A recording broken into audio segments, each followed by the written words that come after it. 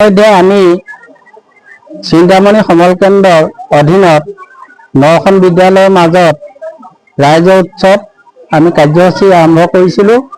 প্ৰথমতে আমাৰ মণ্ডল সমল কেন্দ্ৰৰ যি পতাকা উত্তোলন, সেই পতাকা উত্তোলন কাৰ্যসূচী আমি সমাপ্ত কৰিলোঁ। লগে লগে আমি 9খন বিদ্যালয়ৰ সভাপতিসকলৰ দ্বাৰা 9খন পতাকা উত্তোলন কৰিলোঁ। তাৰ পাছতে আমি আমাৰ অতি শ্ৰদ্ধাৰ হিয়াৰ আমঠু জুবিন গাৰ্গৰ যি অনাকাংক্ষিত মৃত্যু হৈছিলে, তেখেতৰ প্ৰতি শ্ৰদ্ধা জনাই আমি স্মৃতি তৰ্পণ কাৰ্যসূচী অনুষ্ঠিত কৰিলোঁ। তাৰ পাছতে আমি জুবিন গাৰ্গৰ নামত এটা নাহৰ পুলি আমি ৰোপণ কৰিলোঁ। তাৰ পাছতে আমি আমাৰ মণ্ডল কেন্দ্ৰত যি 9খন বিদ্যালয় ইতিমধ্যে আহি উপস্থিত হ'ল, বাৰে বৰণীয়া সাংস্কৃতিক অনুষ্ঠান।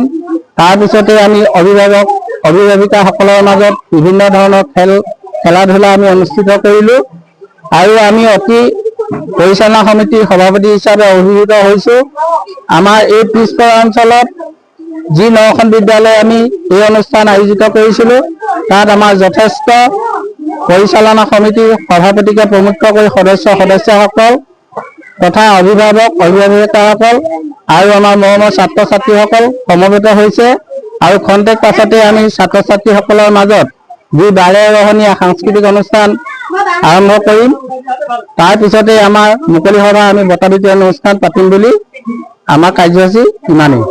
শিক্ষাখণ্ডৰ চিন্তামণিগড় মণ্ডল সমল কেন্দ্ৰৰ অন্তৰ্গত আমি 9খন বিদ্যালয় সাঙুৰি আমি ৰাজ্য উৎসৱ অনুষ্ঠানটি আয়োজন কৰিছোঁ।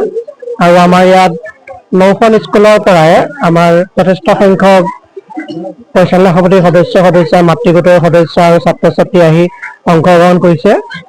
আৰু আমি এতিয়া আমাৰ অভিভাৱকৰ মাজত আমি কেইবাটাও খেল ধেমালি আয়োজন কৰিছোঁ। লগতে আমাৰ ছাত্ৰ ছাত্ৰীসকলৰ মাজত এই সাংস্কৃতিক কাৰ্যসূচীৰ খন্তেক সময়ৰ পিছতে আমাৰ আৰম্ভ হ'ব।